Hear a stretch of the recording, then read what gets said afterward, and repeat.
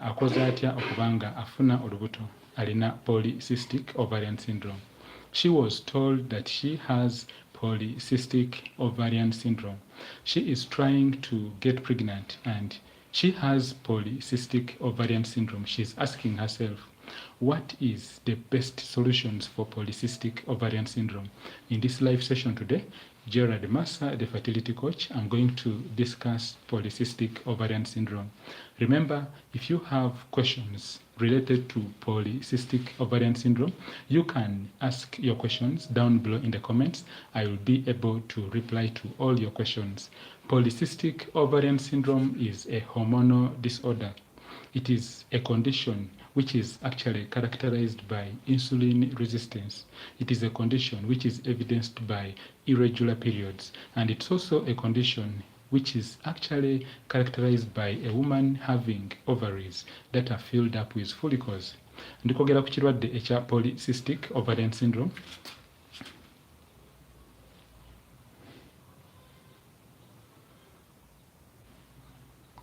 So ndikwogera ku kirwadde ekya polycystic ovarian syndrome era ndigamba nti kino ekirwadde ekya polycystic ovarian syndrome kye kirwadde ekiba ekikosa abakyala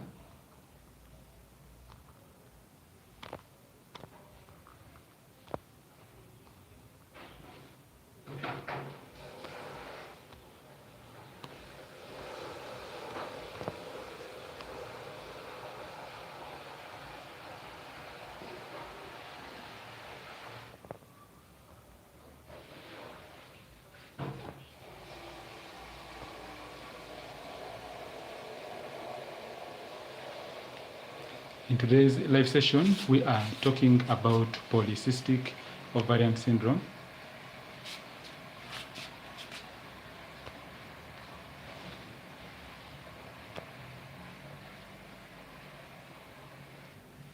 We are talking about polycystic ovarian syndrome and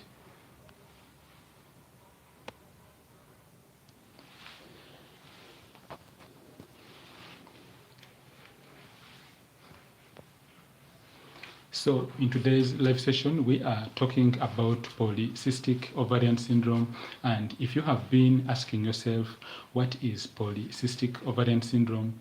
It is a condition which is actually evidenced by a woman having three things. Polycystic ovarian syndrome, normally, a woman could have what we call a metabolic disorder. A woman could have what we call insulin resistance. When I talk about insulin resistance specifically, I'm talking about the body resisting the effects of insulin. Mu video yaffe ne yaleero ndikwogera ku kirwadde kye bayise polycystic ovarian syndrome, era gwe abadde yeebuuza nti polycystic ovarian syndrome kitegeeza ki? Just a minute. Gwe abadde yeebuuza nti polycystic ovarian syndrome kitegeeza ki? Polycystic ovarian syndrome kiba kitegeeza nti omukyala alina obuzibu obw'okuba nti omubiri gwe tegurespondinga ku effects eza insulin. Oyinza okwebuuza nti naye insulin kyeki? Insulin ye kyekirungo oba tukiyite a hormone that is produced by the pancreas. And remember, when insulin hormone has been released in the body, it actually goes on and it causes glucose to be converted into glycogen. Obanga obadde olikwebuuza nti naye insulin kiba kitegeeza ki? Insulin hormone basically kyekirungo ekiva mu system ey'omukyala, whereby olabira ddala nti kiba kisobola okuba nga kireetera sukaali gwe tuyise glucose okuba nga afuuka into energy stores ze tuyise glycogen. Mu mukyala alina ekirwadde ekya polycystic ovarian syndrome, omubiri gwe guba resistinga effects eza insulin, afuna kye bayise insulin resistance. GERALD MASSA, the fertility coach, and we are live on both TikTok and on YouTube. Remember, you can subscribe to our channel on YouTube, and then you can also like and support our live so that we can be able to reach many more people. So today's video lesson, today's live session, we are talking about polycystic ovarian syndrome. Gwe abadde yeebuuza nti polycystic ovarian syndrome kiba kitegeeza ki? Polycystic ovarian syndrome kiba kitegeeza nti omukyala alinamu obuzibu obw'okuba nti amagi ge galiko obuzimba bwe tuyise polycysts, and then of course omubiri gwe guba gulina resistance ku hormone gye bayise insulin. And then of course polycystic ovarian syndrome oba PCOS kiba kitegeeza nti omukyala ono amagi ge gaba tegakula bulungi. Oyinza okwebuuza nti naye kakati kiba kireetebwa ki? Ekirwadde kino ekya polycystic ovarian syndrome ebiseera ebisinga waliwo factors ze bayise predisposing factors esobola okuleeta embeera eno. Omukyala abadde omutono waateekako weight all of a sudden n'abanga nnyo abeera ku risk oba abeera ku risk ey'okuba nti asobola okuba nga afuna kino ekirwadde ekya polycystic ovarian syndrome. Remember, you can ask all your questions in the comments and I will reply to your questions. We are live on YouTube and also on TikTok. We are live. Remember to subscribe to our channels so that you can also be able to view all our contents we shall be putting on. So today we are talking about polycystic ovarian syndrome, and I was saying that the best methods of dealing with polycystic ovarian syndrome involve actually handling or dealing with the key factors that are actually bringing about the polycystic ovarian syndrome. Obanga badde oli kwebuuza nti kino ekirwadde ekya polycystic ovarian syndrome omukyala asobola atya okubanga akimanaginga. Kiba kirungi nnyo omukyala alina polycystic ovarian syndrome n'abanga ate asobola okubanga akontrolinga ebintu ebisobola okubanga ate byongeza risk eni y'ekirwadde. Omukyala alina ekirwadde kya polycystic ovarian syndrome kiba kirungi n'abanga akontrolinga weight ye, kuba buli lwabanga takontrolinze weight ye then abeera ku risk ey'amaanyi nti kino ekirwadde kisobola okubanga kyeyongera. Remember, on YouTube you can also you can participate in the live session by commenting. Obanga oli ku YouTube osobola okuparticipatinga ng'okomentinga. Yes, comments zo nja kuba nziraba wano ku YouTube, and then of course naali ku TikTok naawe osobola okukomentinga nja kuba nkuddamu. Then there was the other question that was asked by one of our friends, and she was asking about endometriosis, and she was asking, what is endometriosis? Endometriosis simply means that the inside of a woman's uterus is inflamed. Mu Luganda mukwano gwaffe yabuuziza ekibuuzo n'agamba nti endometriosis kiba kitegeeza ki? Ne ngamba nti endometriosis oba otunuulidde na bannayo omukyala muli munda munabaana mulimu akabubi kano ke bayise ka endometrium. So endometriosis kiba kitegeeza nti kali akabubi omwana kakulirako ke tuyise the endometrium kaba kazimbye, kaba inflamed. Okubanga akabubi ak'omunda munabaana kazimba kasobola okubanga kava ku bintu ebyenjawulo. Oyinza okusanga nga maybe kivudde ku infections ezize zitawaanya omukyala ono ebbanga eddene nga teziwona, zimanyi okubanga zireetera akabubi ako okubanga kaba kakosebwa oba ne kabanga kataataganyiziddwa. And then of course omukyala okubanga afuna endometriosis kiyinza okubanga era kiva ku kye tuyise hormonal changes. When hormones are not balancing in a woman, she is at risk of actually developing a condition known as endometriosis. When I talk about hormones, remember I've said in my previous videos that hormones specifically are chemical messengers. Hormones are chemical messengers. So hormones, ebirungo bye tuyise hormones muli munda munabaana biri bibiri ebireetera okubanga nabaana y'omukyala eforminga bulungi oba ebeera ready okubanga esitula omwana. Hormone esooka yeno gye bayise progesterone hormone, and then hormone ey'okubiri yeno gye bayise estrogen hormone. Hormone eno gye bayise progesterone webanga ebadde tebalansinga bulungi ne hormone gye bayise estrogen, then wabeerawo changes ezigenda okutekinga place. For our friends on YouTube, you can also ask your questions in the comments. I'll be able to reply to all your questions. Let me take this opportunity to welcome some of our friends who have already joined on today's live session. Kantwaleka nakakisa okwaniriza mikwano gyaffe abajoininze. Yes, wano ku TikTok. Let me check and see.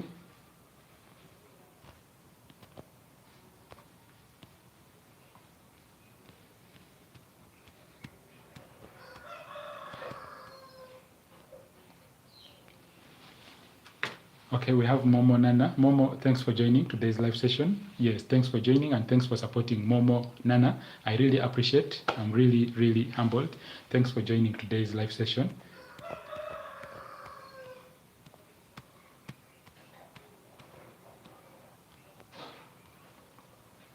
We are talking about polycystic ovarian syndrome, and we are talking about polycystic ovarian syndrome PCOS, and we are talking about endometriosis. But remember, you can also ask your questions down below in the comments. I'll be able to answer you. Mu live session yaffe ya leero ndikogera ku PCOS, polycystic ovarian syndrome, ndikogera ne ku endometriosis, both on TikTok and on YouTube. I'm live on TikTok and I'm also live on YouTube. Gwali ku YouTube nkwaniriza mukwano gwange webale kujoininga live session yaffe eno GERALD MASSA the fertility coach gemanya ga channel wano ku YouTube and then wano ku TikTok GERALD MASSA the fertility coach. Wobango bado inebuuzo buuza nja kuba nkudamu. So mbadde ndikogera ku PCOS nengamba nti PCOS kitegeeza polycystic ovarian syndrome. Mu Luganda poly kiba kitegeeza ekintu ekingi, okay? Nga olabanga maybe omusajja abadde alina abakyala bangi bakiyita polygamous, okay? Yes, so poly kiba kitegeeza ekintu ekingi. In this particular case, polycystic ovarian syndrome, mu issues eza fertility kiba kitegeeza nti ejje ery'omukyala lirimu obuzimba oba obuzimba obujja obutono obulemereddwa okubanga bukula. Obujji buno obungi bwe bayita bu polycysts.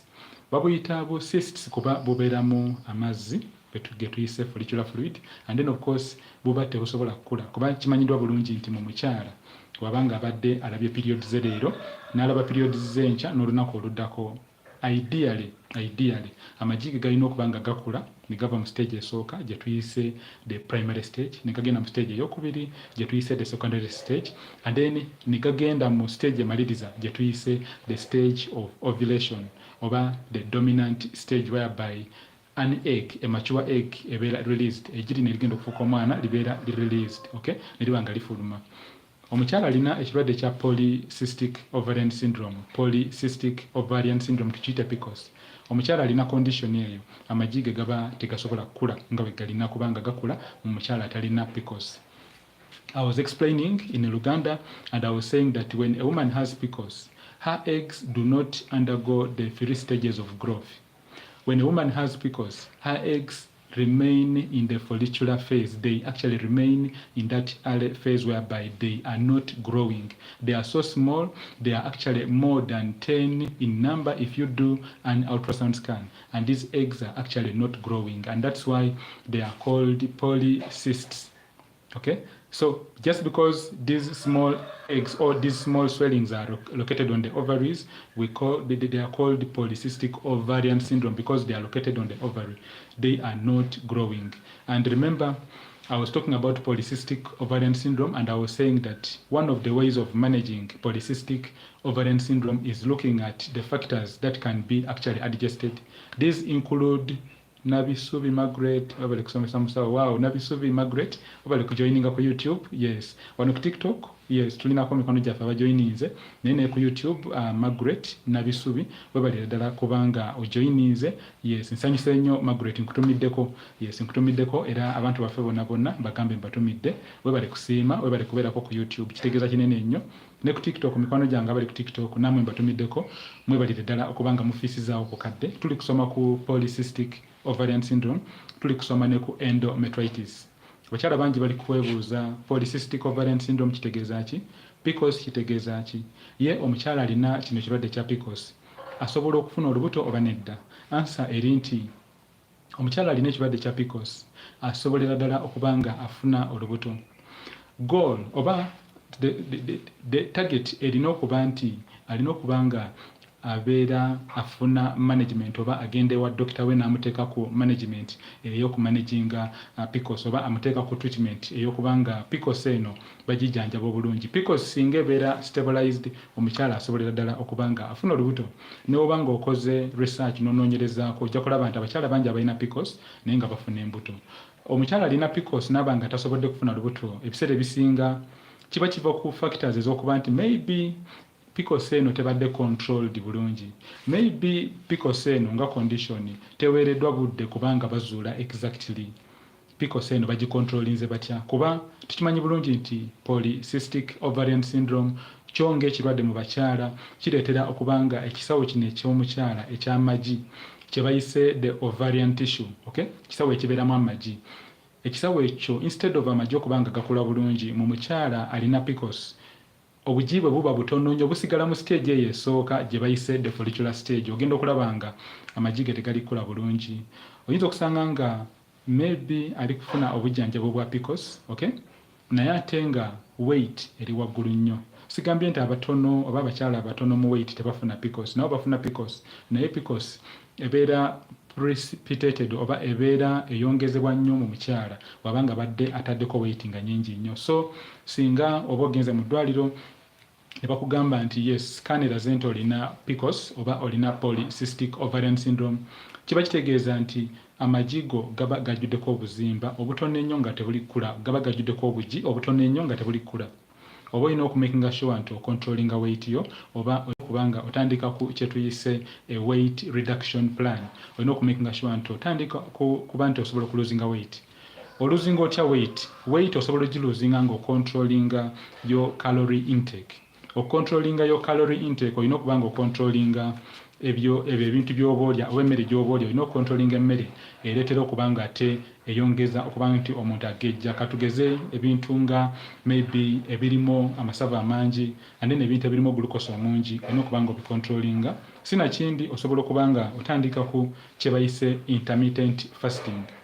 Intermittent fasting kiba kitegeeza nti osobola okuba nga weewaamu obudde n'ogamba nti maybe okuva ku makya paka emisana ngenda kuba siri kulya kintu kyonna kyonna, ndeni kusaawa nga 8-9 mpeko kino kyendya, ndeni olweggulo maybe olyako something akantu akatono ennyo, ndeni ate paka enkya kusanga 7. Naye jjukira nti nga tonatandika ku any new weight management program oba nga tonatandika ku nzijanjaba yonna ya weight ocontrollinga weight, olina okusooka n'oba nga ogende wa dokita wo n'asooka n'aba nga ate akwekebejja obulungi, kuba oyinza okutandika ku program ey'okusiiba kye tuyise fasting naye nga ate obadde olina ulcers n'osanga nti ate kikuyisa bubi nnyo. So before starting on any weight management plan, before starting on any new exercises, please confirm with your doctor who will advise on the best exercises you need to undertake. But one of the managements of PCOS is basically controlling your weight. Okay. Then PCOS is also evidenced by high levels of the male hormone known as testosterone. Abakyala batera okuba nga balina kino ekirwadde kya PCOS, ebiseera ebisinga batera nnyo okubeera ne hormone ey'abasajja gye bayise testosterone nga nnyingi nnyo. Kuba kimanyiddwa obulungi nti buli mwana muwala azaalibwa mu nsi abeera ne Margaret okyaliko ku YouTube, yes, nsanyuse nnyo okubanga okyaliko ku YouTube, weebalire ddala okubanga ofiisizaawo okukadde tubeere nga ate tusoma. Margaret nkutumiddeko nnyo, weebalire ddala support eyo y'amaanyi nnyo, n'emikono gyaffe abali ku TikTok namwe mbatumiddeko nnyo, mwebalire ddala okubanga ate mwebalire ddala kubanga namwe mufiisizaawo okukadde. Yes, so I was talking about PCOS management and I was saying that the first step is controlling your weight. The next step is when you have PCOS, it is always advisable that when you go to hospital, your doctor would love to look at your hormonal profile, or your doctor would do what we call the hormonal profile tests. And then among the hormones that will be checked for in a woman who is suspected to be having PCOS, in a woman who is suspected to be having a condition which is known as hyperandrogenesis, that is basically PCOS, male hormones when they are so high, your doctor would love to look at a hormone known as testosterone. Testosterone, also known as free testosterone, tends to be a bit high in women with PCOS. So if the results show that testosterone is high, your doctor will look at steps in managing or stabilizing the testosterone hormonal levels. But then kwogera ku testosterone nengamba nti mu bakyala balina PCOS ebiseera ebisinga ojja kusanga nga hormone eno ey'abasajja gye bayise testosterone etera nnyo okubanga nnyingi nnyo. Of course woba ogenze mu ddwaliro dokita wo n'aba nga akwekebeza obulungi n'azuula nti hormone eno gye bayise testosterone eri waggulu, then kijja kuba kyetaagisa oba dokita wajja kuba akuteeka ku treatment ey'okulaba nti at least hormone eno ebeera controlled. The next hormone that will actually be checked for in a woman with PCOS is the anti-Mullerian hormonal test, basically the AMH test. In a woman with PCOS, normally the AMH results would actually be higher than the normal, because we know that the normal AMH is supposed to be 1 up to 4, but in PCOS, normally the levels tend to rise higher than 4. Mukwano gwaffe abuuza n'agamba nti naye PCOS basobola okuba nga bagikebera mu lab, n'engamba nti yes, osobola okugenda dokita wo n'aba nga akola tests eza PCOS ku musaayi gwo oba ze tuyise fertility tests. Baba basobola okukebera ne balaba hormone gye bayise testosterone eri etya, hormone gye bayise AMH eri etya, and then hormone gye bayise FSH ne LH eri etya. Let me first go through the questions that are being asked by some of our friends.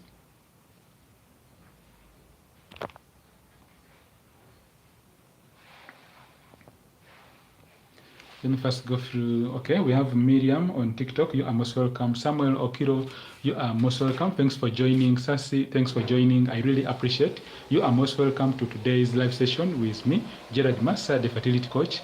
Remember, you can ask all your questions on YouTube. We are live on TikTok. We are live, and remember on YouTube. Nabisobi Margaret, I can see you. Thanks for staying. Thanks for sticking around. Webale kubanga obeera dakika zino tugendamu abiri nga ndi live ku YouTube. Yes, webale ddala support yona n'abali ku YouTube bonna nga tebali commentinga. Yes, make sure that you do comment your questions. If you have a burning question, please you comment. I'll be able to answer your questions. And then Foster, thanks for joining. Thanks for joining. Let me try to go through, look for some questions for our friends.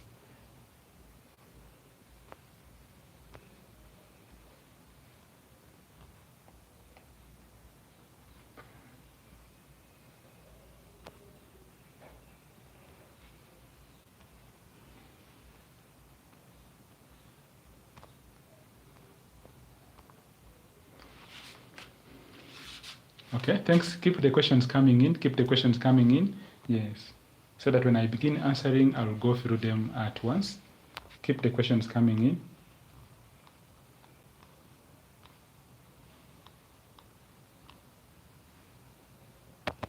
And on YouTube, you can actually also ask your questions. If you are live on YouTube, you can also ask your questions. I'll be able to answer your questions. On TikTok, you can also ask your questions. I'm going to answer all your fertility-related questions.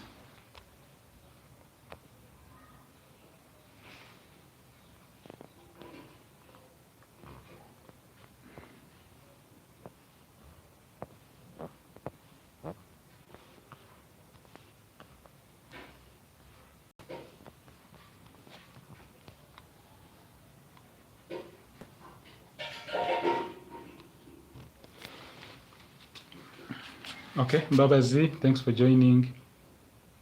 Momo, Nana, thanks for joining. Okay, I'm trying to look for questions around here, but it seems like there are no questions. Tell me about these tests, FSH. Okay, yeah, we have a question coming in from MASS. Oh, MASS. So they are.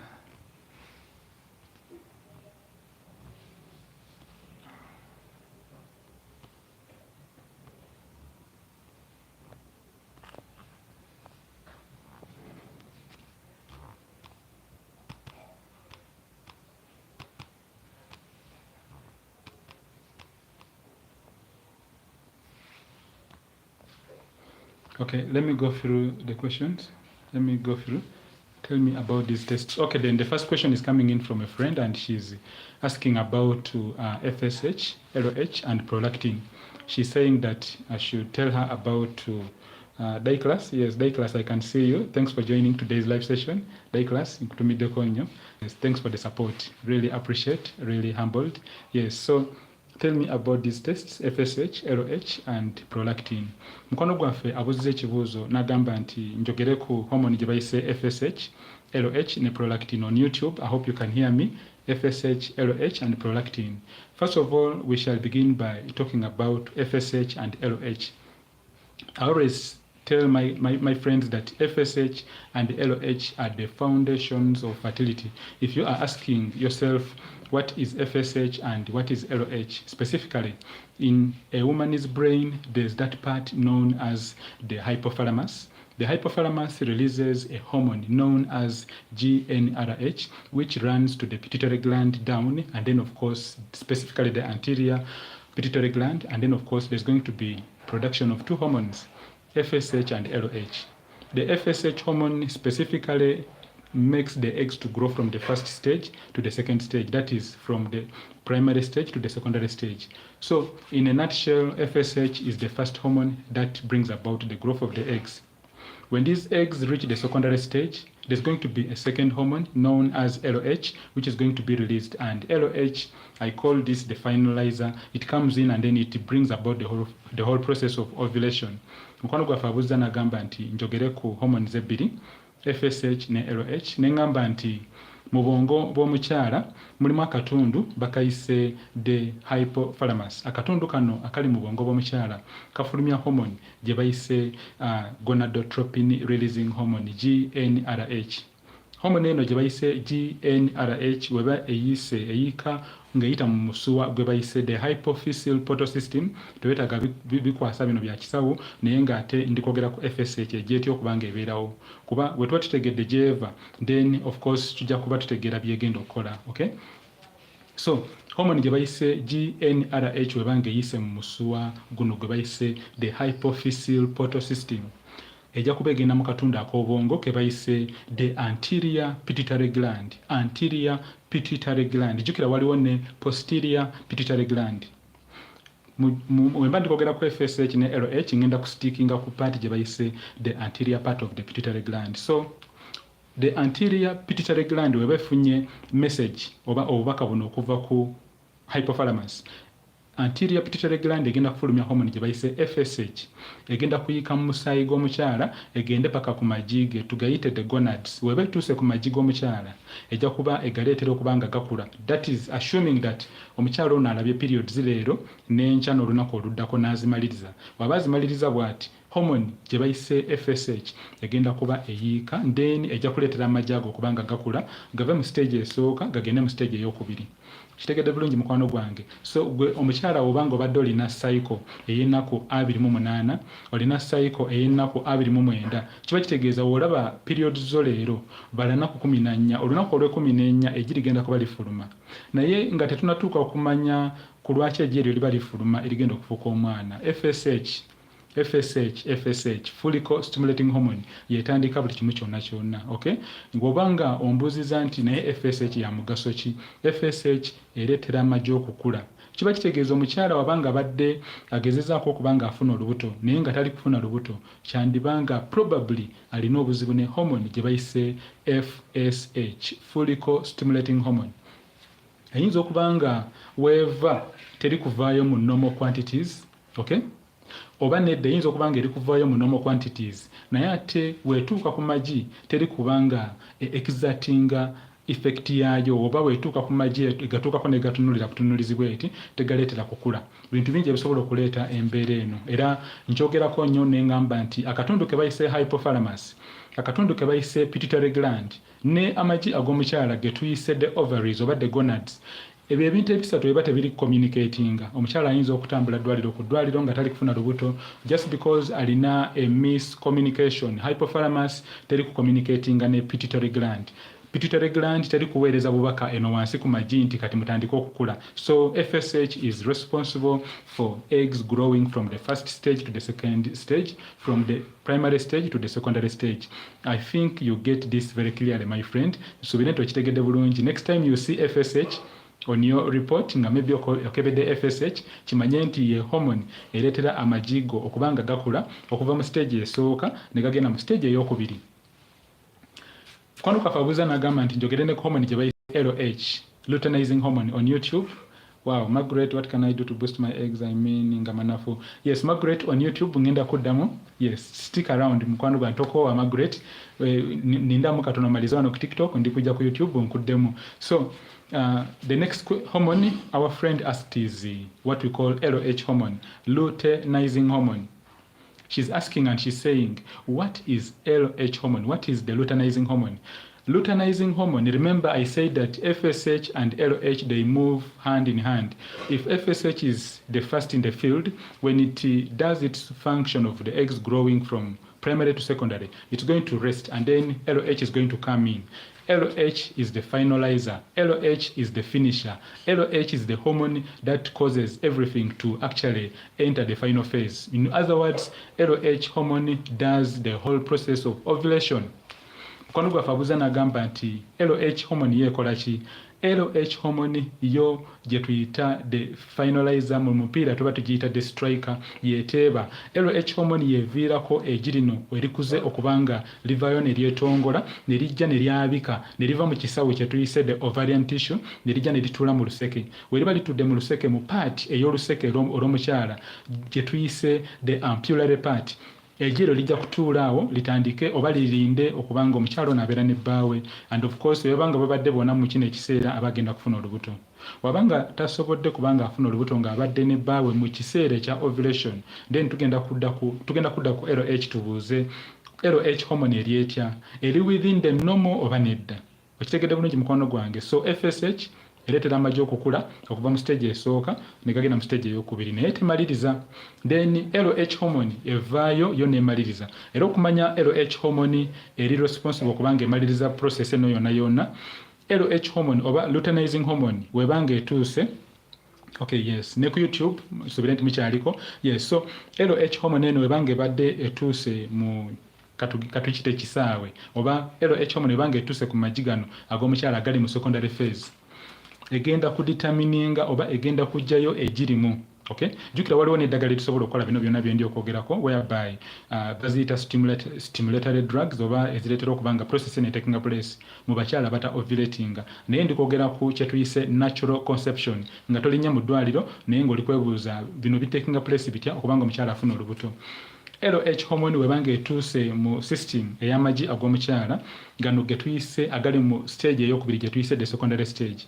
LH hormone erondamu egirimu, era egiri n'erimu eriba livuddeyo lyeriba ligenda okubanga lifuuka omwana lye tuyise the mature Graafian follicle, lye tuyise the mature dominant follicle. LH hormone eno webanga ebadde emala bulungi ejja kukola omulimu gwayo egiriveeyo. LH hormone webanga temala bulungi amagi g'omukyala gajja kukula, ajja kukola scans, ultrasound scans ez'enjawulo malwaliro ag'enjawulo, bajja mugamba nti amagi go nga tugalaba gakula bulungi, amagi go mwegali naye gaba mwegali naye gabeera ng'ebifaananyi gaba tegakula. Why? Because LH hormone eba temala bulungi. Omukyala amanya atya nti LH hormone emala bulungi? How can a woman know that her LH hormone levels are within the normal? Omukyala okumanya nti LH hormone eri within the normal ranges oba LH hormone emala bulungi mubiri gwe, wagenda kubeerawo bintu bina ebigenda okubanga bitakinga place. LH hormone webanga etuuse mu kisaawe ekya fertility oba ekisaawe ekyokubanga omukyala afuna olubuto, egenda kuleetera omukyala ono okubanga abeera ne kye tuyise an increased urge to have sexual intercourse. Ajja kuba awulira ng'alina obwagazi bungi okubanga abeera ne bbaawe. Why? Because wekite wekirina okubeera Katonda bw'atyo yatonda omwana omuwala nti watuukanga mu kiseera ekya ovulation LH hormone ejja kuyiika, wetuuka okubanga erisinze obanga nyingi nnyo omukyala ono ajja kubeera n'obwagazi bungi, so high libido, omukyala ajja kuba alina libido nyingi nnyo ng'awulira ayagala kubanga abeera ne bbaawe. Next sign okumanya nti LH hormone emala bulungi, omukyala ajja kuba afuna kye tuyise a cervical discharge, tugiyite a cervical mucus like discharge which will be released, which is kind of like egg whites. Okay, so omukyala ajja kufuna that discharge obanga olina like maybe office glue omukozesa mu office nga ono glue oba office glue gwe bateeka ku gundi ku mpapula okubanga bazikwasa, ojja kulaba nti discharge eyo ejja kuba nkwafu, kind of a bit sticky, ejja kubeera nga amagi kino paati eno gyoba okubye ejji nga tonali scramblinga, waliwo paati eyo ebeera sort of like amazizi naye ng'ebeera nkwafu, omukyala ajja kubeera ne discharge eyo nga nyingi nnyo. That is one of the signs to confirm that a woman is having high LH oba omukyala ali ovulating. Next sign okumanya nti omukyala alina LH hormone levels ziri within the normal, omukyala ajja kufuna kye tuyise pain which is actually one sided. Wajja kubeerawo obulumi busobola okubeera ku side ya left oba ku side ya right. Pain eno oba obulumi buno bwe bayita metal schimaz pain. Obulumi buno ebiseera ebisinga buba buconfirminga nti eggi lino livuddeyo.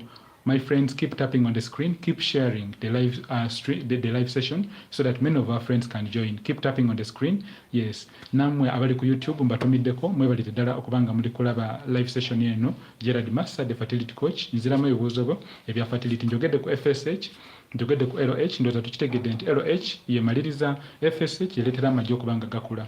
Mukwano gwaffe agambye nti I talk about prolactin. Prolactin hormone specifically is a hormone which is also released from the pituitary gland, and specifically when it reaches the breasts of a woman, it causes what we call breast milk production. Mukwano gwaffe yabuuza n'agamba nti njogere ku hormone gye bayise prolactin, ne ngamba nti mu mwana omuwala ng'azaaliddwa ku nsi kuno olunaku lwatandika okugenda mu periods ze tukiyite the age of menarche. hormone gye bayise prolactin egenda kubeera nayo ng'eri activated naye ate jjukira ejja kuba within the normal ranges, ejja kuba between 0 up to 25 ng per mil.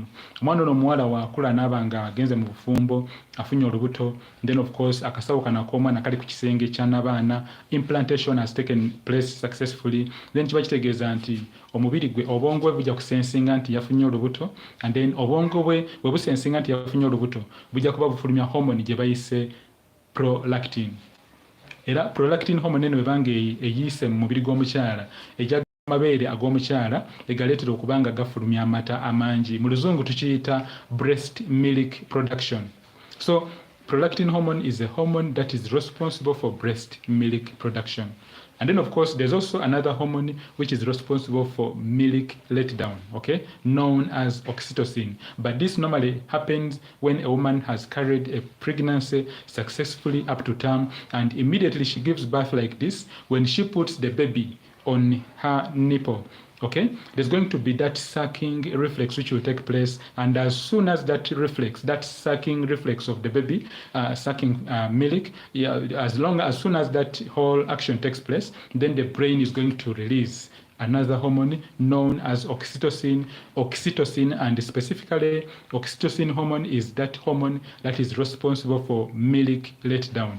Once it is released, it tells the milk, the breast milk, that you know what, it's time for you to come out. Then it will come out. Meaning that if a woman gives birth and she puts her baby on the nipple, okay, and the baby begins to do the suckling, okay, okuyonka, and then the oxytocin hormonal levels are actually not sufficient, then it means there's not going, the milk is not going to come out. You've seen this, a woman gives birth and the baby is trying to suckle, but there's nothing coming out. It could actually be a sign that she is actually having low levels of a hormone known as oxytocin.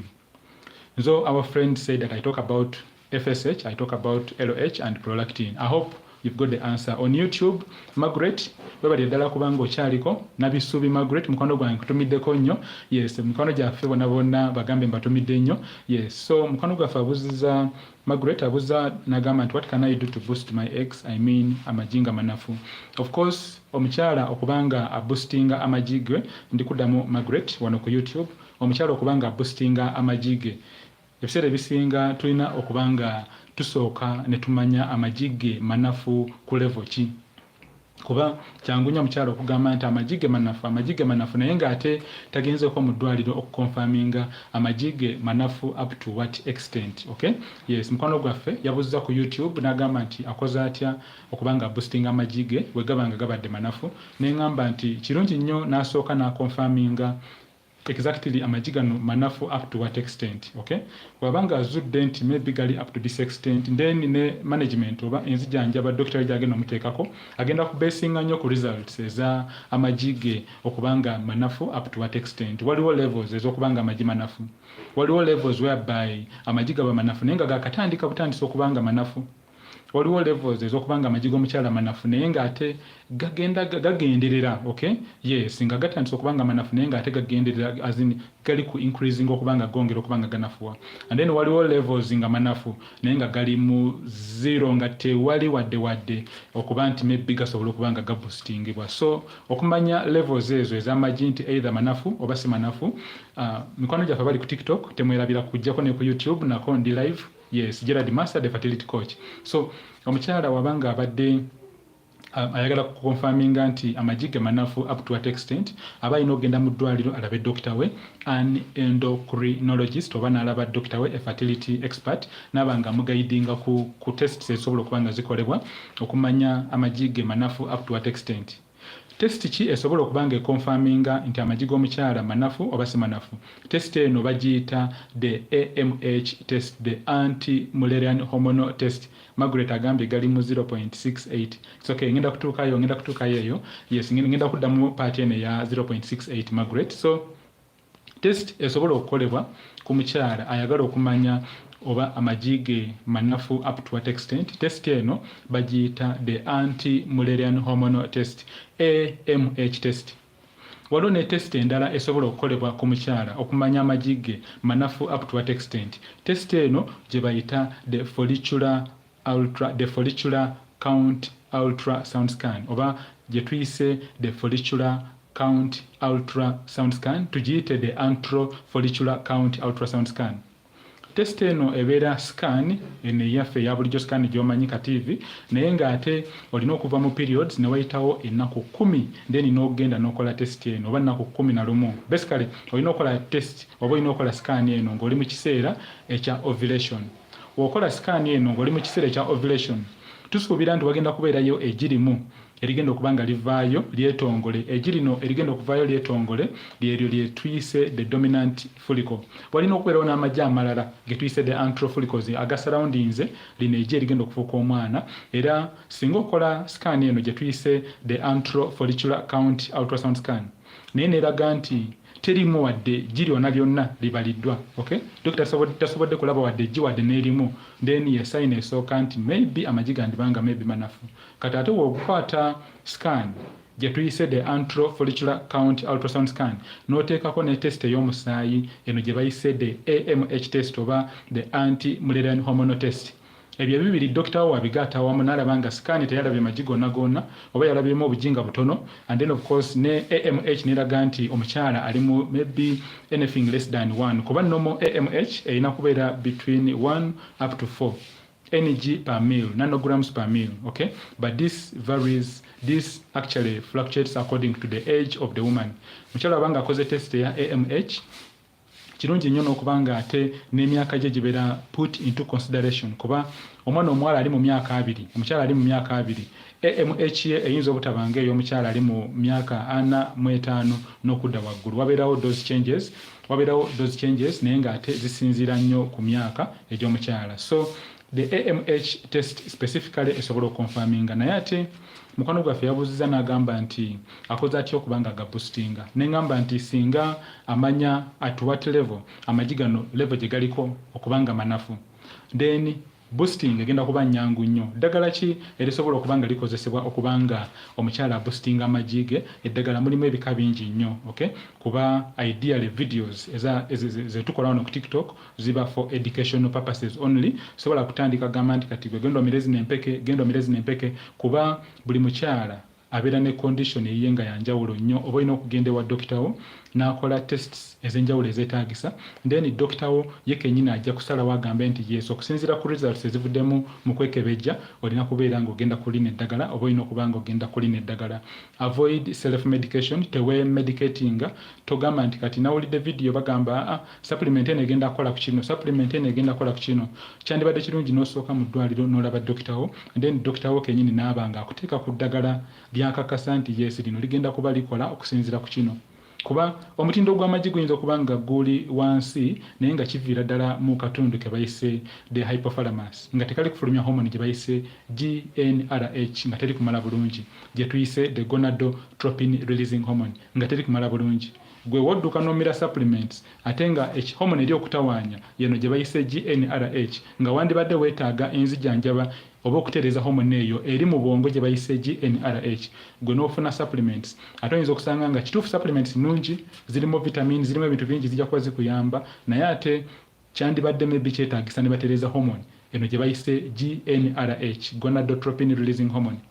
Oyinza okumira supplements naye ng'ate obuzibu buli kuviira ddala ku hormone eri mu bwongo gye bayise the follicle stimulating hormone nga ye ntono, oba nedda nga follicle stimulating hormone nga nyingi eri kutuuka ku magi erigezako okulaba nga ega boostinga gabeere nga gakula naye tegali kukula. You get the point? Nga kiva ku ki? Nga maybe kiva ku hormone gye bayise AMH yo kennyini ng'eri wansi, nga maybe omwana omuwala ono yazaalibwa already alina condition eyo. Condition ey'okuba nti omwana omuwala azaalibwa amagi ge already manafu bagiyita primary ovarian failure, POF. Edda abaali bagiyita primary ovarian insufficiency, POI. Ne mu nnaku zino ensangi zino bagiyita primary ovarian failure. Mulimu abaana abawala abazaalibwa mu nsi ng'olwedde amagi gaabwe gali mu 0, balina primary ovarian failure at birth.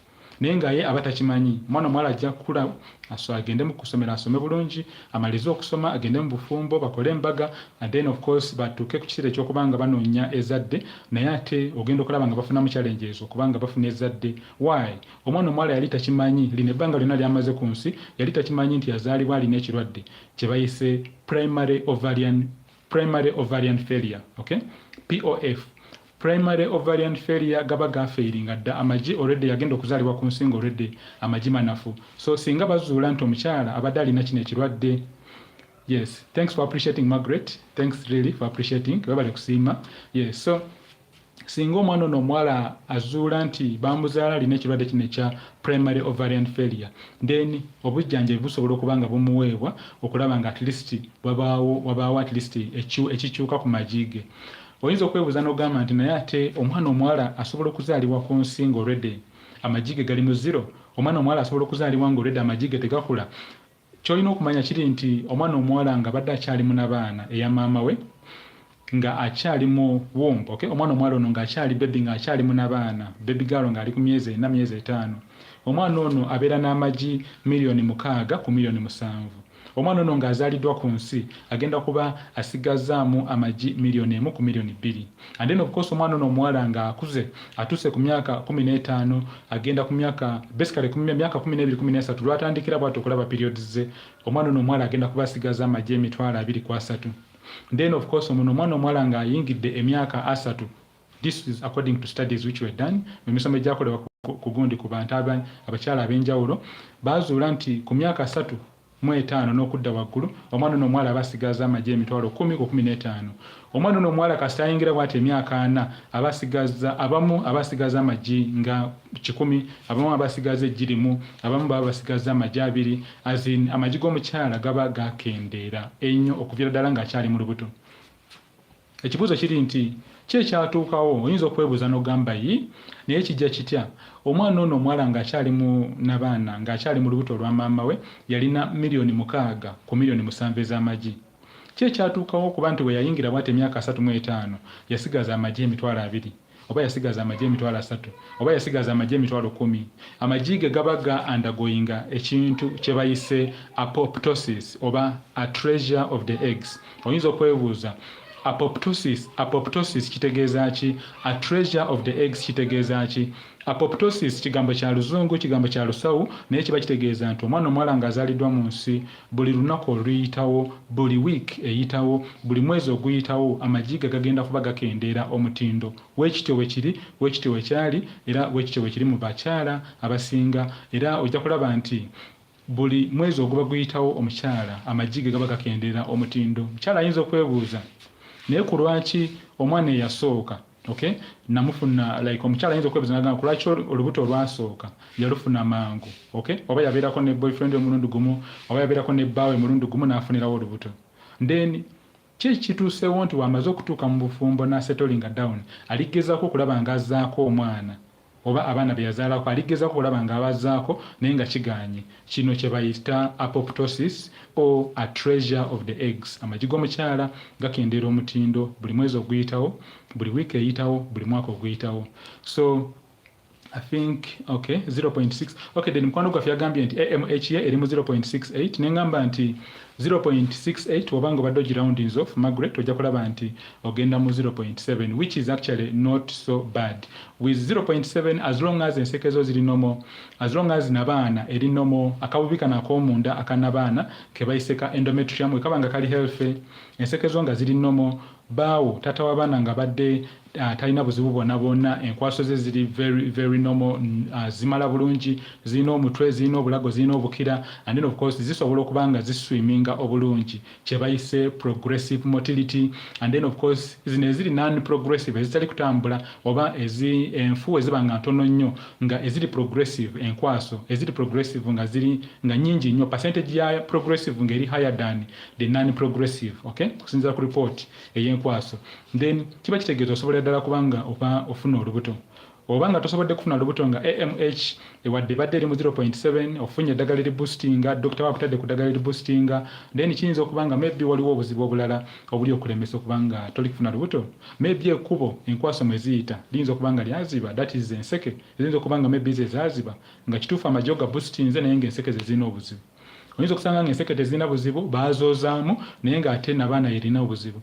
Oyinza okusanga nga nabaana terina buzibu nga maybe kiri ku hormones ez'enjawulo, maybe prolactin hormone ng'eri waggulu, eno gye mbadde njogerako ey'amabeere.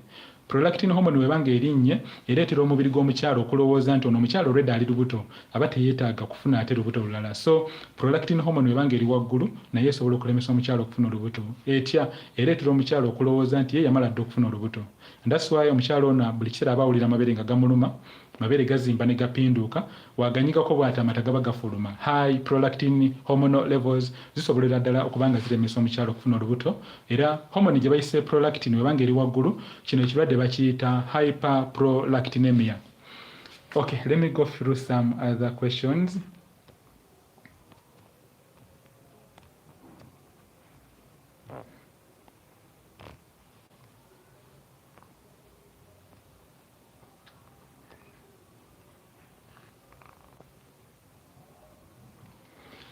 Okay, let me go through some other questions. Remember, if you are having more questions, you can always put them on our WhatsApp numbers. They are over here, just around here. Yes, just around here. You can actually put them on WhatsApp. As soon as I'm done with the session, I'll be able to reply to all your questions. Yes, wabanga wado ine ebibuuzo byonna byonna osobola okubanga obiteekayo ku WhatsApp, wano ku TikTok. Yes, waliwo kano kabana kaliko enamba zange. Wano ku YouTube enamba zange, I think ojagenda ku profile yange kuliko bana eke enamba zange. So okay. Okuva lwe nazaala nkwata ekintu wansi nga sitamye kiba kiki? Nkwata okuva lwe nazaala nkwata ekintu wansi nga sitamye kiba kiki? Okay then mukono gwaffe abuuziza ekibuuzo n'agamba nti okuva lwe yazaala waba asitamye bw'ati wansi akwata ku kintu ng'asitamye akiwulira nga kiri eno wansi mu bitundu by'ekyama, ali kwebuuza kiki ekyo. Nabana y'omukyala erina layers ez'enjawulo. Nabana y'omukyala erina akabubi kano ak'omunda omwana kaakuliramu ke bayita ka endometrium. Nabana y'omukyala erina akabubi akaddako, ennyama eddako eno etera okuleeta ebisango omukyala ali lubuto, ennyama eno gye bayita myometrium. Nabana y'omukyala erina n'omumwa gwa nabaana gwe tuyise the cervical part of the uterus. Nabana y'omukyala erina part ey'omunda ey'omumwa gwa nabaana gye tuyise the internal part of the cervix.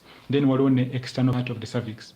And then of course nabana y'omukyala erina n'enseke bbiri eziri ku sides, okay, both sides. Eno ebeera nabaana side eno waliyo oluseke n'eno waliyo oluseke. Nabana y'omukyala eno ebeera n'ekisawo ekibeeramu amagi kye bayise the ovarian tissue. Era ekisawo kino ekibeeramu amagi ebiseera ebisinga kye kisitula amagi gano ge tuyise the follicles oba the egg cells ne gaba nga gakula mwezi ku mwezi. Eriba likuze ne livaayo eiza ne lifuuka omwana oba ne lisaanawo.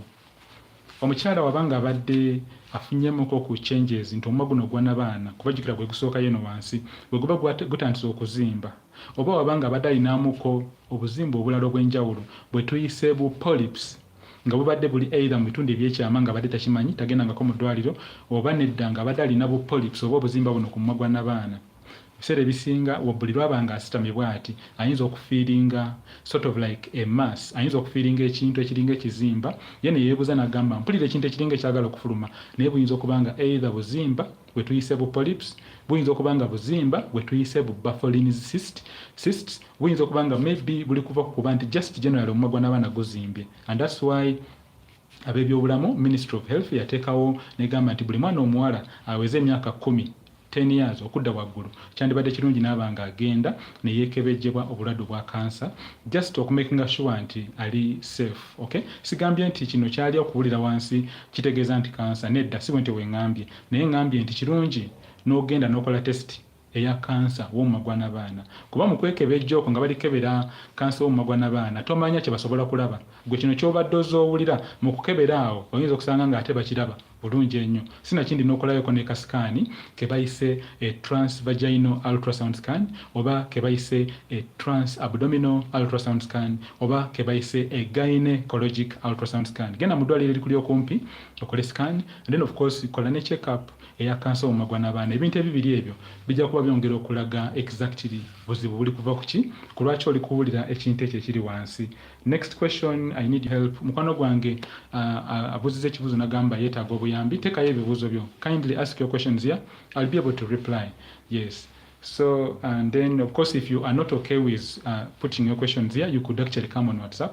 Obanga bade toli okay okupostinga wana ekibuzo kyo jangu ku WhatsApp, okay? Naye nja kubeerako either ekiro oba enkya wenyenda okubanga nziramu ebibuzo byo because like activities nyingi nnyo zenina okubanga nkolako, but please be patient, teekayo ebibuzo, put your questions just around here. Yeah, those are my WhatsApp numbers. You can choose any of those numbers, put your questions, and I request that when you put your questions on WhatsApp, you be patient because I have to reply to very many people and I'm doing this alone, okay? So you put your questions, be patient, I will reply. So next question. Next question. Wow, the questions are done. Okay, let me check on YouTube. Margaret, you don't know whether you're still on. Margaret, watch aliko ku YouTube, tapping up screen. Yes, tapping up screen. Yes, tulabenga ate like obo inebuze ebirala byonna byonna biteekeyo. Yes, Margaret, watch aliko ku YouTube. Nkutumiddeko Margaret. Thanks a lot for the support on YouTube and all our friends on YouTube. I really appreciate. Thanks for the support.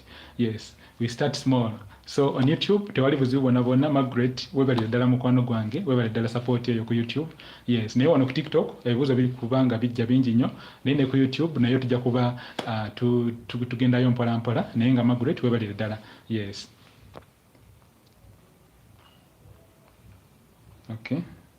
Okay, our friend is saying that she did the HSG and she had bilateral tube blockage but was operated through laparoscopy, but I think it is blocked again. Okay then, so mukwano gwaffe agambye nti I don't know if I should, let me do in English and Luganda. She's saying that she actually did an HSG and it showed that she had bilateral tube blockage. She was operated, but she thinks, the key word is she thinks that the tubes are blocked again. And many times a woman might think of many things happening to her system, but I always tell my clients, I always tell my friends that the best way to confirm that something is not right is you do not just think about it. It's good to think about it, but it's always very good to go to the professional.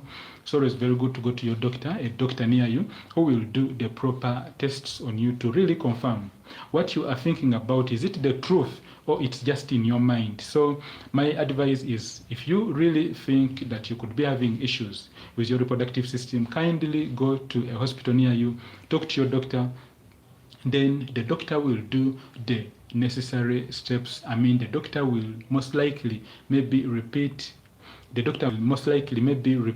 HSG to confirm the tubes were unblocked. Are they still unblocked or they got blocked again? Is it only one tube or are they two tubes that are actually having issues? So she's saying that she did the HSG, afterwards she was worked on, and then of course the tubes got better, and then she's asking herself what could be the problem. Probably maybe she could also be trying for pregnancy. My advice is go back to the doctor who will do more tests on you to confirm whether the tubes are patent, meaning whether the tubes are open or they are blocked again. And then of course your doctor will give you the next steps, the next solutions you need to actually undergo. Okay, I'm coming to Uganda. Okay. Wow, okay then, our friend called you. I'm requesting that you could actually first of all add your questions on WhatsApp. Then, of course, we could actually have what we call a discovery call, go through your questions and then see what steps need to be taken before you make any steps, okay? Yes, my advice is first put your questions on WhatsApp. I'll go through them and then I'll be able to get back to you. Now, mukwano gwange alina ebibuuzo byonna biteekeyo ku WhatsApp. Nja kuba nsobola okubanga mbiyitamu, then from there nja kubuulira steps ezigenda okubanga ziddako. Remember, you can join my fertility coaching program. It is actually online. If you are far away from Uganda, you don't need to travel to Uganda. If you are in another country, you would like to join my fertility coaching sessions, you can actually add me on WhatsApp. The numbers are over there, and then we shall go through the fertility coaching. I will guide you on all the areas of fertility, advise you on what steps you need to take, give you my best recommendations. Everything is done online. The clients who are actually outside Uganda, they are in the Netherlands, they are in Sweden, but they are consulting me on WhatsApp. So you don't need to put in the time and then come decide. You can always consult me. You can join my fertility coaching sessions on WhatsApp. Obanga obadde oli wala, toli wano mu Uganda, oyagala okubanga maybe obaako bye weebuuza, oyagala kujoininga kye tuyise fertility coaching sessions, oyagala kujoininga program yange ey'okubanga nkucoachinga ku bya fertility, tewetaaga kulinnya nnyonyi kuba nti ate ojja e Uganda osobola okuteekayo ebibuuzo byo ku WhatsApp, and then of course nja kuba nkuwa obudde obumala, and then of course nkucoaching ku bino ebintu ebya fertility ku kasente akasaamusaamu, yes, and of which kali very negotiable. So teweeralikirira biteekeyo ku WhatsApp, nja kuba nkuguidinga. So next question is coming from kiva ku kyokulumizibwa nga ndi mu ovulation. Okay then, ovulatory pain. Mukwano gwaffe abuuza ekibuuzo n'agamba nti kiva ku ki okubanga alumizibwa nga ali mu ovulation. First of all, omukyala wabanga badde ali mu ovulation, wagenda kubeerawo changes ezigenda okuteekinga place, kuba lino eggi erikuze erigenda okufuuka omwana lye tuyise the dominant egg ligenda kwabika. We lyabika ne liba nga livuddeyo nga ligenze okubanga libeera absorbed by the oviducts, oba ne liba nga li absorbed n'enseke ne litula mu luseke. Okwabika okwo okw'eggi, that bursting, that rupture of the egg, kugenda kuviirako kye tuyise the release of pain chemicals. Wagenda kubeerawo obu chemicals obugenda okubanga buyiika mu kitundu ekyo. Of course bu chemicals ebwo bwe buba buyiise buleeta kye tuyise pain around your pelvic area. Chemicals obwo babuyita bu prostaglandins. Yes, prostaglandins, the pain chemicals buba buyiika mu kitundu ekyo. So the pain you are feeling, the ovulatory pain you are feeling is due to the rupture of the mature egg. Mukwano gwaffe abuuza n'agamba nti awulira obulumi ng'ali mu ovulation. Okay, Margaret, I'm sorry, I don't know how to tap the screen on YouTube, but I'm on still. Okay, then Margaret, thanks a lot. YouTube, I think tekiriza kino ekyokutappinga, but please, thanks a lot for sticking around.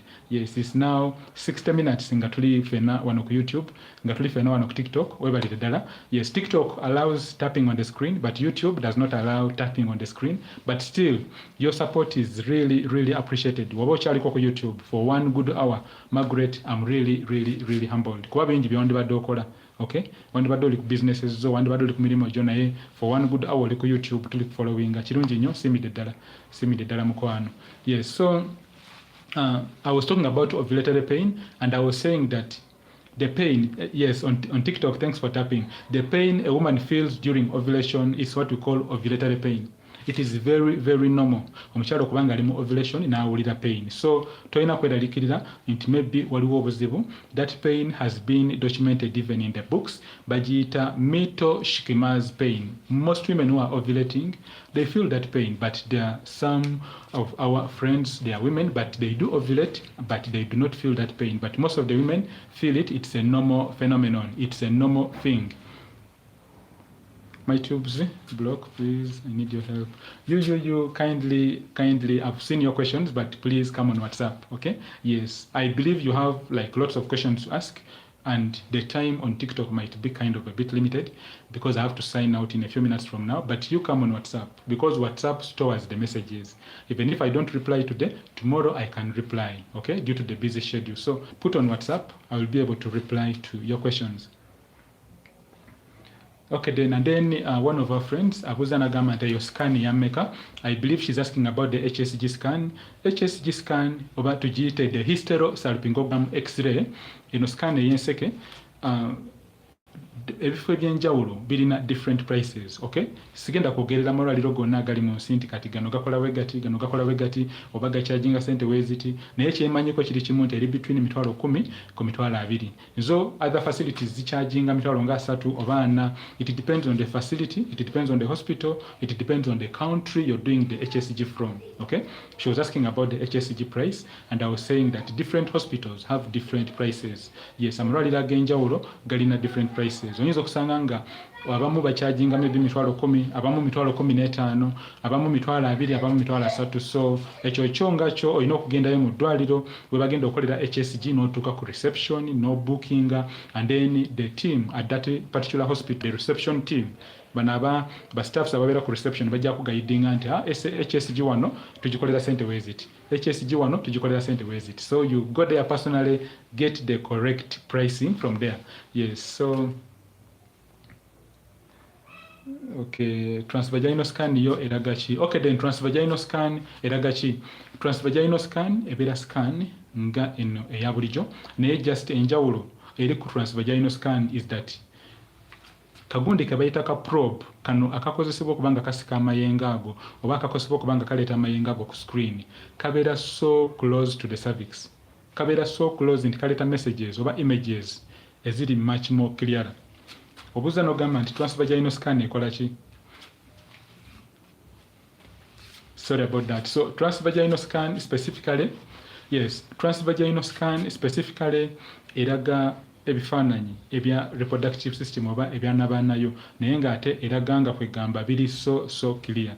Okay, so transvaginal scan eringa zino scans eza bulijjo naye just nti kano ke bayise ka probe kabeera kumpi n'omumwa gwa nabaana era ebiseera ebisinga kaba kasobola okuba nga kalaga images eziri so much more clearer. Can a PID be treated musawo? Can a PID aba TikTok waliwo ka message TikTok kerese kangenda katereza then tweyongere mu maaso ne katereze kano ka message akali ku TikTok kebalese. Okay, wow, it's okay, ekakiriza. Okay, TikTok tuli kweyongera. Yes, so can a PID be treated can a PID be treated musawo? Okay, Nandera Maureen on YouTube, I'm really very happy. Thanks for joining today's live session. Okay, sanyuse nnyo Nandera okubango joininga. You've said that can a PID be treated musawo? Can a PID be treated? Your question is that can a PID be treated? PIDs can be treated, but for the sake of the larger audience who are actually watching this live session, I'm going to talk briefly about PID.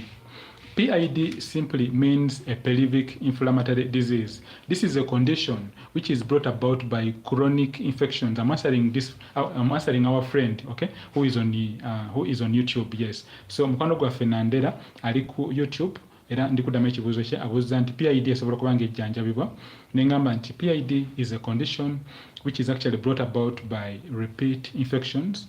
These infections are actually due to many disease-causing organisms, and specifically, PIDs can be treated. They can be treated, but it also treatment depends a lot on how severe the PID is, because we know very well that when you look at the uterus, it has a part which is known as the cervix, omogwanabana. There's that part which is actually below the cervix. It's what we call the pouch of Douglas. It's a space which is supposed to be empty. But when that space gets filled up with fluid, then we say this is actually a PID. PIDs can be treated, but when they are in their severe forms, treatment might need that you go to a hospital near you, whereby the proper tests can be done to really confirm whether you have the PID, and then the proper treatment will be given according to the stage of the PID. If it is mild, treatment will be different. If it is moderate, treatment will be different. And if it is a severe PID, then treatment will also be different. This will be advised by your doctor. So,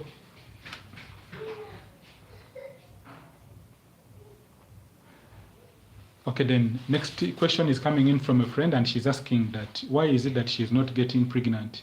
Why is it that she's not getting pregnant? The question is straightforward like that. Why is it that she's not getting pregnant? Okay, kwano gwafabuze ekibuzo nagamba nti kulwaki tali kufuna lubuto ate nga tali ku family planning. Why is it that she's not getting pregnant? Okay, then for a woman to get pregnant, there are few things that actually need to be in order. The first part is that the system of the woman, we call this the anatomical system, the structural system of the woman has to be at least healthy. The anatomical system of the man, it also has to be healthy. It has to be functional. Failure for a woman to get pregnant, it could actually be either a male factor issue or it could be a female factor issue. Kwano gwafabuza nagamba nti kulwaki tali kufuna lubuto, neŋŋamba nti omukyalo okubanga afuna olubuto kiva ku bintu bibiri. Okay, ebiri major. Waliwo n'ebirala bingi nnyo bisobola okulemesa omukyalo okufuna olubuto, naye neŋŋamba nti either kiyinza okubanga kiri ku side ey'omusajja kye tuyise male factor issue, oba kiyinza okubanga kiri ku side ey'omukyala kye tuyise female factor issue. When I talk about male factor issue, I'm going to be more specific that where the sperms are produced, that part where the sperms are produced, that is basically the testis of a man. If the testes of a man are not healthy due to some issues like maybe repeat infections, exposure to heat, alcohol, cigarette smoking, if the factory where the sperms are being produced is affected, the woman could actually move from hospital to hospital, do all the tests, do all the tubal flashing, take all the clomid, but she could actually find difficulties getting pregnant when the issue is actually due to the man, when it is actually a male factor issue. So failure to get pregnant, number one, it could be on the side of the man. When I talk about the side of the man, I'm not going to say that I'm going to defend like men because I'm a man. No, we do also get challenges in the areas of fertility. It's very true, and it's a common appearance. I mean, it's a common occurrence. You realize that the testes have the cells of tophae, the cells which actually deal with the production of sperms. The first type of cell which actually is responsible for sperm production is what we call the Sertoli cells. We have another type of cells, we call these the Leydig cells. Sertoli cells and Leydig cells get communication from two hormones, that is the FSH hormone and the LH hormone. These hormones, remember, they come from the brain.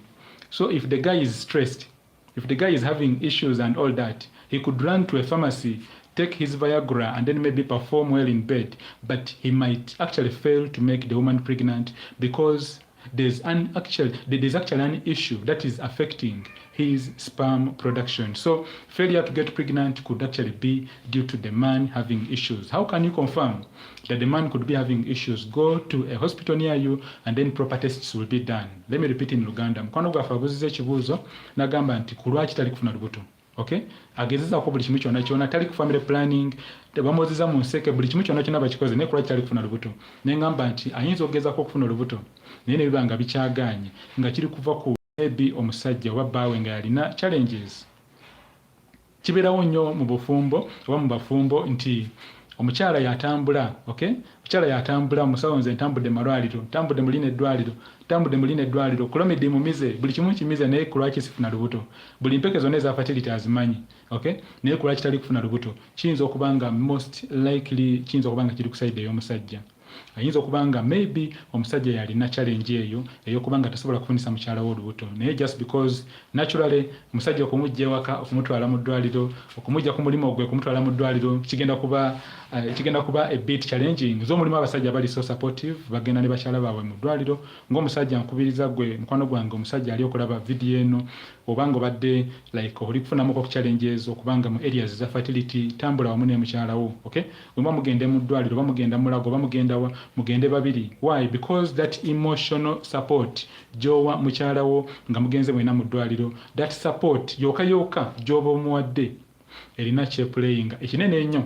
Just because wano ku TikTok osobola kujjayo pen ne mutandika okubanga nkusomesa nti kino naye the point is that emotional support jowa mukyala wo nga mugenze mwena mu ddwaliro kitegeeza kinene ennyo.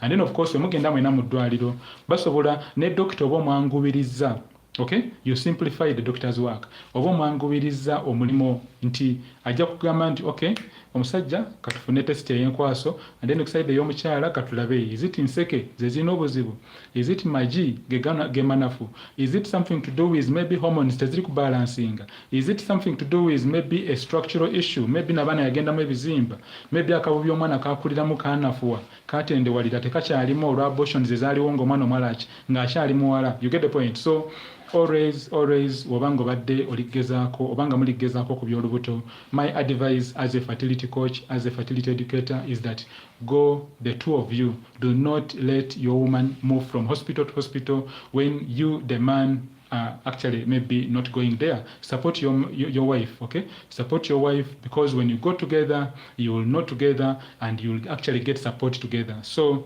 that is it. It could be a male factor issue, it could be a female factor issue. I hope I've been kind of brief but straight to the point. If you have more questions, please come on WhatsApp, okay? We shall be able to talk more on WhatsApp, but that will be tomorrow. Put your questions on WhatsApp, be patient. Tomorrow I'll be replying due to the busy schedule. Next questions. Talk about PCOS. Okay, then Ahmed, I started with PCOS, okay? But in summary or in brief, PCOS is a hormonal disorder. It is a condition which actually is very common nowadays in women, whereby a woman fails to respond to the effects of insulin. Insulin is the hormone supposed to convert glucose to glycogen, glucose to energy stores, or glucose to stores. If a woman is ever, if this particular lady is overexposed to maybe conditions that are causing the insulin to be resistant, like maybe excessive consumption of maybe fatty foods or excessive consumption of too much glucose foods or glucose containing foods, and then she's not exercising, she's not working out, She takes lots of like things which are sugary, but she's not working out. There's actually a risk that these sugars could actually desensitize the special cells in the pancreas. These cells are known as the beta cells, basically the isolates of Langerhans. Yes, those cells that actually produce the insulin hormone might actually lose their sensitivity. When they lose their sensitivity, insulin will be produced, insulin hormone will come into the body, but it will not do its work, leading to a rise in the sugars. PCOS is evidenced by high sugars. In Luganda, mukwano gwaffe abuuza ekibuuzo n'agamba nti njogere ku PCOS. Nengamba nti PCOS gye ntandikiddeko, okay? Naye ngenda kugiddamu in summary nengamba nti PCOS kye kirwadde ekireetebwa mu mukyala nga abadde on YouTube, let me see.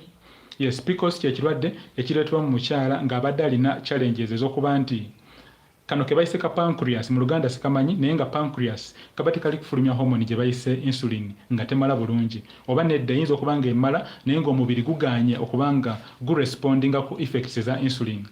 Omubiri we gugaana okuba nga gukkiriza insulin okukola mu function yaago oba function yaayo, then kiba kitegeeza nti wagenda kubeerawo challenges mwono omukyala ojja kusanga nga maybe sugars oba sukaali mu mubiri gwe arisinga. Kibeera nnyo common mu bakyala ng'abadde alya nnyo ebintu ebirimu sukaali omungi, ebintu ebiri packed for a long time nga biyimiridde ku MASSA mu supermarket nga biruddewo naye ate naaba nga abibeerako nnyo ng'abikozesa nnyo ate ng'omubiri tagukozesa kubanga atuyanamu akola dduyiro, ojja kusanga nga ate abeera ku risk ey'okuba nga afuna PCOS. PCOS esobola okuba nga naye ereetebwa hormones okuba nga tezibalansinga.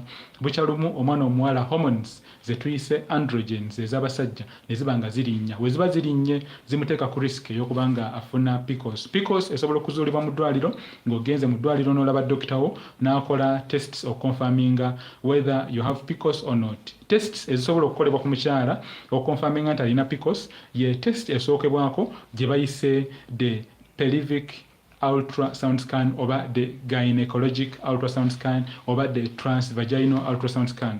Egenda kulaga ki? Ejja kulaga kali akabubi ak'omunda ke bayise ka endometrium nga kazimbye.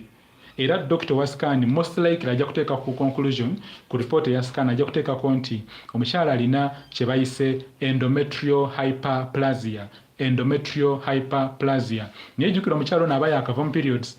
Oba sinakindi ayinza okuba amaze emyezi 2 oba 3 nga talaba periods ze. PCOS emanyi okukuba periods ez'omukyala. Ezikuba ne zibula. You get the point. Ne zijja ne zirabikako omwezi ogumu ne zibula. So basically singa scan eraga nti omukyala alina endometrial hyperplasia.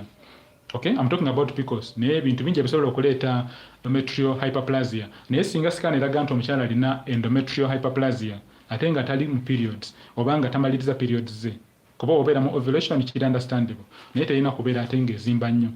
Scan singa eraga nti amagi g'omukyala galiko obuzimba bwe tuyise cysts nga bungi nnyo, then era scan yennyini n'eraga nti ebirala byonna biri normal naye amagi galiko obuzimba bungi tubuyite cysts, then munda mulimu nabaana muzimbye, then ne hormones Dr. we abanga akoze test eza hormones ne ziraga nti hormone ey'abasajja gye bayise testosterone eri waggulu oba sinakindi hormone gye bayise AMH hormone anti-Mullerian hormone ngeri waggulu nnyo.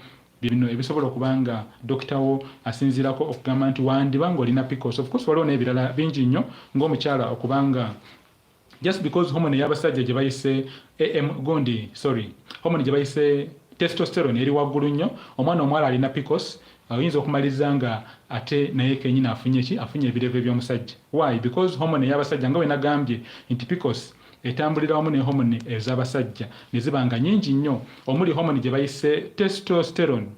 Waliwo ne hormone endala ey'abasajja esookebwako nga testosterone tenaforminga gye bayise dihydrotestosterone DHT. Zonna eziba zitandise okulinnya, most specifically eno testosterone gye bayise free testosterone. Okay? Kuba levels eziba nga zirina kubeera maybe 0.1 up to 2 gwe n'oba ng'oli mu 10 naye kiba kitegeeza hormone y'abasajja nnyingi nnyo. Kiba ki-explaininga ku lwaki ebirevu biri kujja mu mukyala, kiba ki-explaininga ku lwaki eddoboozi liri kukyuka, kiba ki-explaininga ku lwaki omubiri gwe gujjudde enviiri nnyingi. You get the point. So basically that is it. I'm summarizing. Tujja kuba tweyongerera wano enkya Saturday gibeereko live session yaffe. Be on the live session tomorrow. Yes, same time tomorrow I'll be live here by the grace of God, and then we shall be talking more about fertility. For those of our friends For those of our friends who are actually who have asked and they've not got the answers, please come on WhatsApp. I'll be able to answer your questions, but I could pick 1 or 2 questions here. Kivirako omukyala okuzaala omwana ali abnormal kyokka nga abadde amira eddagala bulungi abadde anywa eddagala bulungi naye kyekivirako omukyala okuzaala omwana nga ali abnormal. Congenital abnormalities.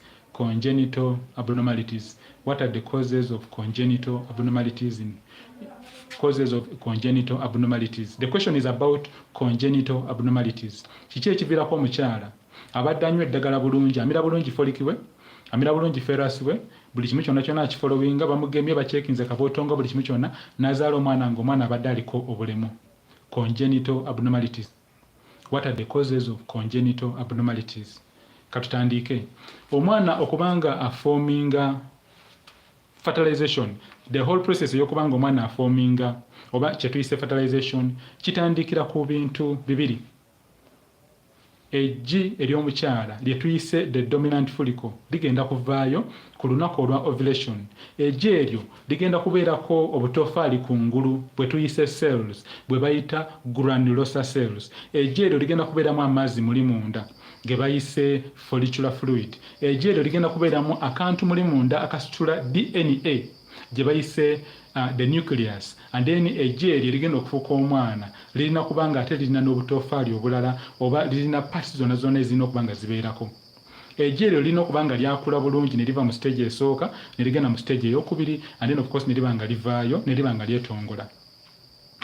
Enkwasi egenda okukola omulimu ogw'okufertilizinga lino eggi erina okubanga nayo erina omutwe, the head of the sperm, era ku mutwe guno ogw'enkwasi okulina okubeerako chemical egenda okukuba ekituli ku jjini ery'omukyala enkwasi eyo eyingire.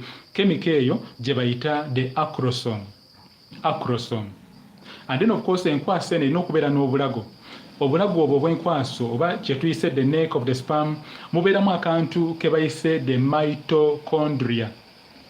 Mitochondria is an energy supply area oba it's an energy supply zone. Mitochondria mwe muva amanyi agagenda okubanga gasobozesa enkwasi eno okukuba oba okuswiminga okuva eno wansi mu bitundu by'ekyama paka munda mu n'abaana paka munda mu luseke paka ku ggi.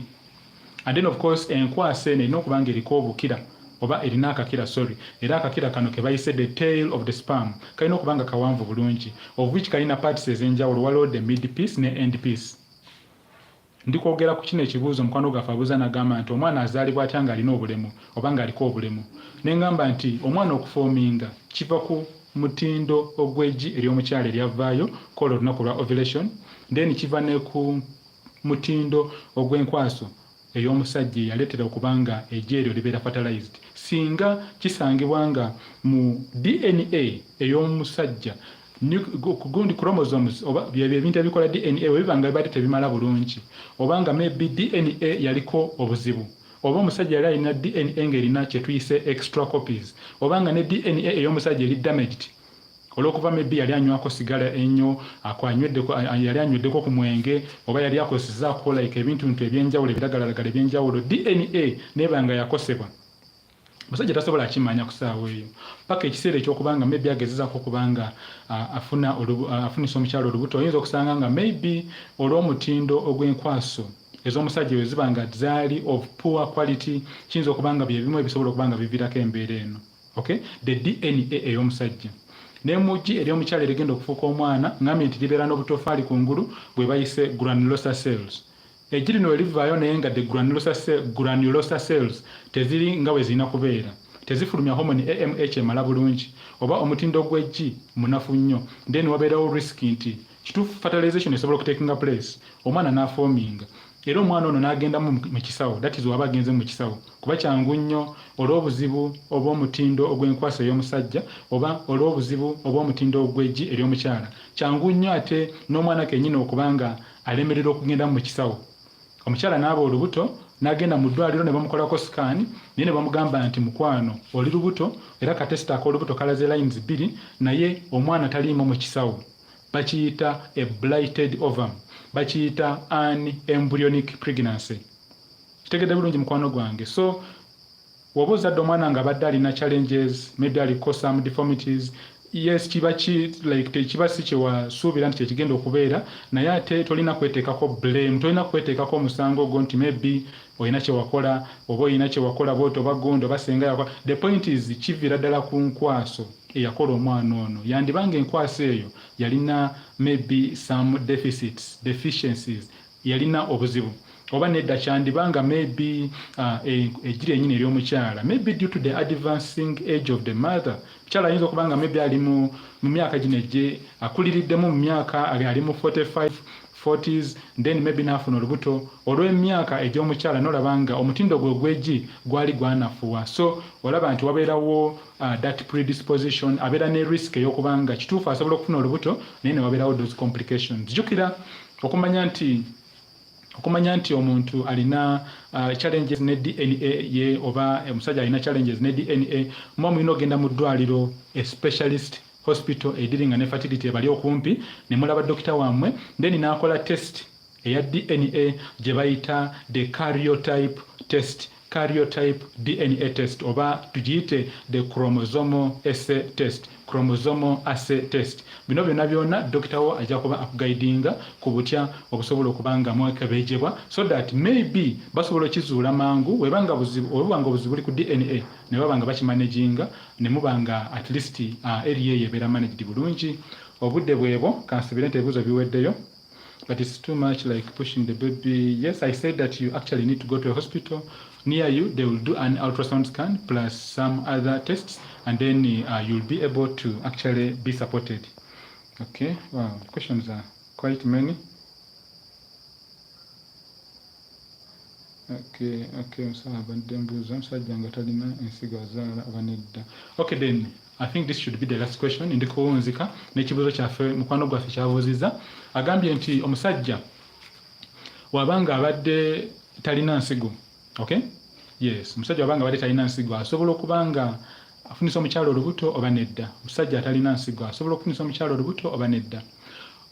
Omusajja okubanga abeera ne mukyala we and then system yonna nebanga etambula bulungi, ebiseera ebisinga kyolina okumanya kiri nti omwana okubanga afoominga enkwaso tuziyite the sperm zina okubanga ziba weeziri, and of course enkwaso zino ez'omusajja ziva mu nsigo ez'omusajja ze tuyise testis, ziva mu butofaali bwe tuyise the Sertoli cells and the Leydig cells. So webanga tewali nsigo, okay, omusajja wabanga talina nsigo, talina testis, then kiba kitegeeza nti n'enkwaso ebiseera ebisinga ziyinza okubanga nazo tezibaawo oba ziyinza okubanga weeziri naye nga nnafu.